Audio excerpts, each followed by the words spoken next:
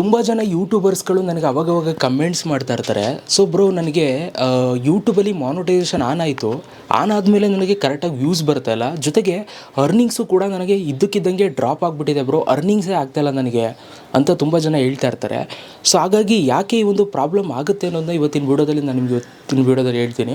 So ದಯವಿಟ್ಟು ಯಾರೆಲ್ಲ ನಮ್ಮ ಚಾನಲ್ನ ಸಬ್ಸ್ಕ್ರೈಬ್ ಮಾಡದೆ ನೋಡ್ತಿದ್ದೀರಾ, ಸಬ್ಸ್ಕ್ರೈಬ್ ಮಾಡಿಲ್ಲ ಅಂತಂದರೆ ನೋಡ್ತಾರಲ್ಲ ಸಬ್ಸ್ಕ್ರೈಬ್ ಮಾಡ್ಕೊಳ್ಳಿ. ವೀಡಿಯೋ ಇಷ್ಟ ಆಯಿತು ಅಂತಂದರೆ ಒಂದು ಲೈಕ್ನ ಮಾಡಿ, ಆಯಿತಾ? ಸೊ ಬನ್ನಿ ಇವತ್ತಿನ ವೀಡಿಯೋನ ಶುರು ಮಾಡೋಣ. ನೋಡಿ, ನಾನು ತುಂಬ ಸಲ ನಿಮ್ಮ ಕಮೆಂಟ್ಸ್ನ ಅಬ್ಸರ್ವ್ ಮಾಡ್ತಾ ಇರ್ತೀನಿ. ನೀವೇನು ಕೇಳ್ತೀರಿ ಅದ್ರ ಮೇಲೆ ನಾನು ಆದಷ್ಟು ವೀಡಿಯೋಸ್ಗಳನ್ನ ಮಾಡ್ತಾ ಇರ್ತೀನಿ. ಅದಕ್ಕೋಸ್ಕರ ನಿಮ್ಗೆ ಏನೇ ಸಮಸ್ಯೆ ಇತ್ತು ಅಂತಂದರೆ ಆದಷ್ಟು ಕಮೆಂಟ್ಸ್ ಮಾಡಿ, ನಾನು ಅದಕ್ಕೆ ಒಂದು ಸಪ್ರೇಟ್ ವೀಡಿಯೋಗಳನ್ನೇ ಆದಷ್ಟು ಮಾಡೋದಕ್ಕೆ ಟ್ರೈ ಮಾಡ್ತೀನಿ. ಓಕೆ, ಸೊ ತುಂಬ ಜನ ನನಗೆ ಕೇಳೋದು ಕಮೆಂಟ್ಸ್ಗಳು ಆಗ್ತಾಯಿದ್ರಿ ಕೆಲವರು, ಬ್ರೋ ನಂದು ಮಾನಿಟೈಸ್ ಆಯಿತು, ಬಟ್ ನನಗೆ ಯಾಕೋ ಇದ್ದಕ್ಕಿದ್ದಂಗೆ ಮೊದಲು ಬರ್ತಿದ್ದಕ್ಕಿಂತ ವ್ಯೂಸ್ ಇವಾಗ ಇನ್ನೂ ಕಮ್ಮಿ ಬರ್ತಾಯಿದೆ, ಯಾಕೆ?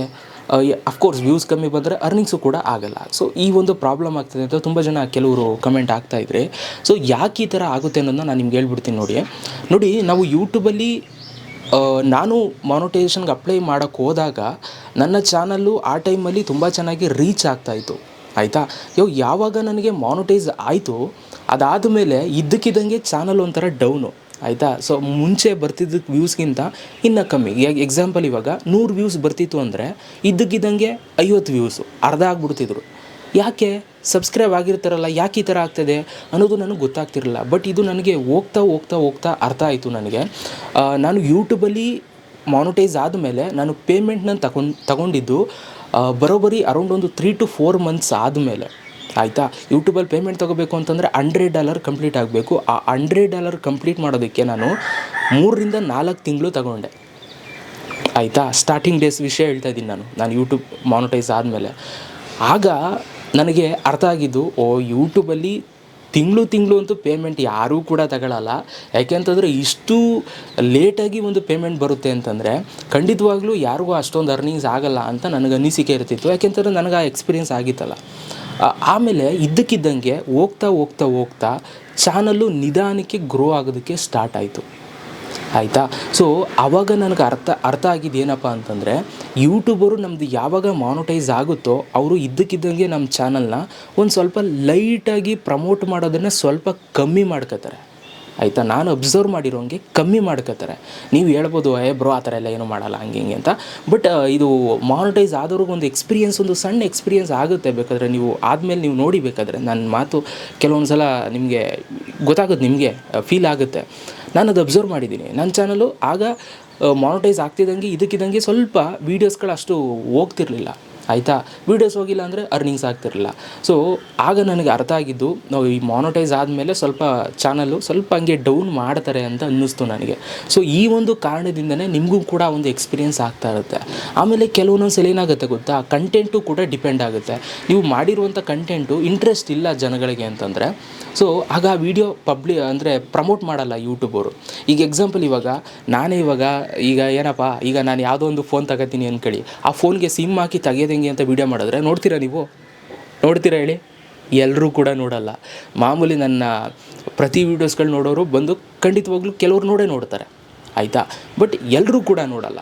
100 ಜನಕ್ಕೆ ತೋರಿಸಿದ್ರೆ ಅದರಲ್ಲಿ 10 ಜನ ಮಾತ್ರ ಕ್ಲಿಕ್ ಮಾಡಿ ನೋಡಿರ್ತಾರೆ, ನಮ್ಮ ಲಕ್ಕಿ ಬ್ರೋ ಹೊಸ ವೀಡಿಯೋ ಹಾಕಿದ್ದಾರೆ ನೋಡೋಣ ಬಿಡು ಅಂತ ಅಂದ್ಬಿಟ್ಟು ನೋಡ್ತಾರೆ, ಆಯಿತಾ? ಅವರು ನನ್ನ ಮೇಲೆ ಇಟ್ಟಿರೋ ಪ್ರೀತಿಗೆ ಅವ್ರು ನೋಡ್ತಾರೆ ಅಲ್ವಾ? ಬಟ್ ಅವ್ರಿಗೆ ಆ ವಿಡಿಯೋ ನೋಡೋ ಅವಶ್ಯಕತೆ ಅವ್ರಿಗೆ ಇರಲ್ಲ, ಬಟ್ ಸ್ಟಿಲ್ ನೋಡ್ತಾರೆ. ಯಾಕೆ ಅಂತಂದರೆ ಅವ್ರು ನನ್ನ ಅಷ್ಟು ಇಷ್ಟಪಡ್ತಾ ಇರ್ತಾರೆ ಅವರು, ಸಿಂಪಲ್.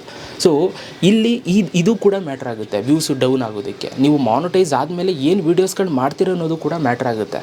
ಮಾನಿಟೈಸ್ ಆದಮೇಲೆ ನೀವು ಎಂಥ ವೀಡಿಯೋಸ್ಗಳು ಮಾಡಬೇಕು ಅಂತಂದರೆ ತುಂಬ ರಿಸ್ಕ್ ತಗೊಂಡು ವೀಡಿಯೋಸ್ ಮಾಡಬೇಕು, ಆಯಿತಾ? ಸೊ ಸುಮ್ಮನೆ ಕ್ಯಾಶುವಲಾಗಿ ನೀವು ಮಾಡ್ತು ಅಂತಂದರೆ ಖಂಡಿತವಾಗ್ಲೂ ವ್ಯೂಸ್ ಬರೋಲ್ಲ. ಓಕೆ, ಈಗ ನಿಮಗೆ ಅನಿಸ್ತಾ ಇರುತ್ತೆ, ಬ್ರೋ ಹಾಗಾದರೆ ಮಾನಿಟೈಸ್ ಆದಮೇಲೆ ನಮ್ಮದು ಚಾನಲ್ ಸರಿಯೇ ಆಗಲ್ವಾ? ಹಂಗಲ್ಲ, ಆಯಿತಾ?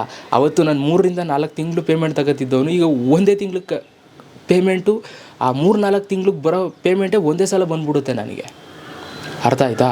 ಸೊ ಚೇಂಜ್ ಆಗುತ್ತೆ, ನಿಮ್ಮ ಚಾನಲ್ ರೇಂಜು ಕೂಡ ಚೇಂಜ್ ಆಗುತ್ತೆ. ಒಂದು ಅರ್ಥ ಮಾಡ್ಕೊಳ್ಳಿ, ಇಲ್ಲಿ ತುಂಬ ಜನ ಅಂದ್ಕೊಂಡಿದ್ದೀರಾ ಏನು ಅಂತಂದರೆ, ಇಂಥ ಚಾನಲ್ ಅಂತಂದರೆ ಇವ್ರಿಗೆ ಇಷ್ಟ ಬರುತ್ತೆ ಅಷ್ಟೇ ಬರುತ್ತೆ. ಇಲ್ಲ, ಆಯಿತಾ? ನೀವು ಕರೆಕ್ಟಾಗಿ ಕನ್ಸಿಸ್ಟೆನ್ಸಿಯಾಗಿ ನೀವು ಕನ್ಸಿಸ್ಟೆನ್ಸಿ ಮೇಂಟೈನ್ ಮಾಡ್ಕೊಂಡು ವರ್ಕ್ ಮಾಡ್ತಾಯಿದ್ದಾರೆ ಯೂಟ್ಯೂಬಲ್ಲಿ, ನಿಜವಾಗ್ಲೂ ನೀವು ಎಫರ್ಟ್ಸ್ ಆಗ್ತಾಯಿತ್ತು ಅಂತಂದರೆ ನಿಮ್ಮ ರೆವಿನ್ಯೂ ರೇಟೇ ಚೇಂಜ್ ಆಗಿರುತ್ತೆ ಅಲ್ಲಿ, ಆಯಿತಾ? ನಿಮಗೆ ಸಾಮಾನ್ಯ ಅನ್ನಿಸ್ತಾ ಇರ್ಬೋದು, ಇವರು ಎಷ್ಟು ದುಡಿತಾ ಇರ್ತಾರೆ, ಏನೋ ಒಂದು 10,000 ಬರ್ತಾ ಇರುತ್ತೆ, ಎಷ್ಟು ಇವ್ರಿಗೆ ಬರೋ ವ್ಯೂಸ್ ನಾವು ನೋಡಿಲ್ವಾ, ಇವ್ರಿಗೆ ಇಷ್ಟು ವ್ಯೂಸ್ಗೆ ಇಷ್ಟು ಬರುತ್ತೆ, ಅಂದಾಜು ಇಷ್ಟು ಬರುತ್ತೆ. ಅದೇ ಯಾವ ವೆಬ್ಸೈಟ್ಸ್ಗಳಾಯ್ತಲ್ಲ ಅಲ್ಲೆಲ್ಲ ಒಂದು ಅವರೇಜ್ ಡೇಟಾ ಸಿಗುತ್ತೆ. ಲಿಟ್ರಲಿ ನೀವು ನಂಬ್ತಿರೋ ಬಿಡ್ತಿರೋ ಅಲ್ಲಿ ಎಲ್ಲ ಕರೆಕ್ಟಾಗಿ ತೋರಿಸುತ್ತೆ, ಅರ್ನಿಂಗ್ಸ್ ಮಾತ್ರ ಏರುಪೇರು ತೋರಿಸುತ್ತೆ. ನಿಜವಾಗ್ಲೂ ಅಲ್ಲಿ ತೋರಿಸೋಷ್ಟು ಅರ್ನಿಂಗ್ಸ್ ಯಾರಿಗೂ ಆಗೋಲ್ಲ. ಅರ್ಥ ಆಯ್ತಾ? ಸೊ ಹಾಗಾಗಿ ಚಾನಲ್ ರೇಂಜ್ ಚೇಂಜ್ ಆಗುತ್ತೆ ಒಂದು ಟೈಮ್ಗೆ. ಆ ಚೇಂಜ್ ಆದಮೇಲೆ ನಿಮ್ಮನ್ನು ಯಾರೂ ಕೂಡ ತಡೆದು ನಿಲ್ಸೋಕ್ಕಾಗಲ್ಲ. ಓಕೆ, ನಿಮ್ಮ ಲೆವೆಲ್ ಅಲ್ಲೇ ಹೋಗ್ತಾ ಇರುತ್ತೆ. ನಿಮ್ಗೆ ಇಷ್ಟೇ ವ್ಯೂಸ್ ಬಂದರೆ ಇಷ್ಟೇ ಅಮೌಂಟ್ ಬರುತ್ತೆ, ತಲೆನೇ ಕೆಡಿಸ್ಕೋಬೇಡಿ. ಸೊ ನೀವು ಇಲ್ಲೇನು ಮಾಡಬೇಕು, ಮಾನಿಟೈಸ್ ಆದಮೇಲೆ ಆದಷ್ಟು ಹಾರ್ಡ್ ವರ್ಕ್ ಜಾಸ್ತಿ ಮಾಡಿ, ವೀಡಿಯೋಸ್ಗಳನ್ನ ಜಾಸ್ತಿ ಮಾಡಿ, ಎಫರ್ಟ್ಸ್ ಜಾಸ್ತಿ ಹಾಕಿ, ಆಯಿತಾ? ಸೊ ಅದು ನಿಮಗೆ ನೆಕ್ಸ್ಟ್ ಹೋಗ್ತಾ ನಿಮಗೆ ಅದೇ ನಿಮ್ಮ ಒಂದು ಚಾನಲ್ನ ಗ್ರೋ ಮಾಡೋದಕ್ಕೆ ಸ್ಟಾರ್ಟ್ ಮಾಡ್ತಾರೆ. ಯೂಟ್ಯೂಬರು ನಿಮಗೆ ಸಪೋರ್ಟ್ ಮಾಡೋಕ್ಕೆ ಸ್ಟಾರ್ಟ್ ಮಾಡ್ತಾರೆ, ಆಯಿತಾ? ಸೊ ಸ್ಟಾರ್ಟಿಂಗಲ್ಲಿ ಖಂಡಿತವಾಗ್ಲೂ ಒಂದು ಡೌನ್ ಅನ್ನೋದು ನಿಮಗೆ ಕಾಣಿಸುತ್ತೆ ಮಾನಿಟೈಸ್ ಆದಮೇಲೆ. ಇದಿಷ್ಟು ಕತೆ, ಒಂದು ಕ್ಲಾರಿಟಿ ಸಿಕ್ಕಿದೆ ಅಂತ ಅಂದ್ಕೊಳ್ತೀನಿ. ಐ ಥಿಂಕ್ ವೀಡಿಯೋ ಇಷ್ಟ ಆಗಿದ್ರೆ ಒಂದು ಲೈಕ್ ಮಾಡಿ, ಹೇಗನ್ನಿಸ್ತು ಅಂತ ಕಮೆಂಟ್ ಬಾಕ್ಸಲ್ಲಿ ಕಮೆಂಟ್ ಮಾಡಿ. ಏನಾದರೂ ನಿಮ್ಗೆ ಅನ್ನಿಸ್ತಾ ಇದ್ದರೆ, ಡೌಟ್ಗಳಿದ್ದರೆ ಕಮೆಂಟ್ ಹಾಕಿ, ಆದಷ್ಟು ವೀಡಿಯೋ ಮಾಡೋಕ್ಕೆ ಟ್ರೈ ಮಾಡ್ತೀನಿ. ಓಕೆ, ಸೊ ಸಿಗೋಣ ಗೈಸ್ ನೆಕ್ಸ್ಟ್ ವೀಡಿಯೋದಲ್ಲಿ. ಅಲ್ಲಿ ತನಕ ಲವ್ ಯು ಆಲ್.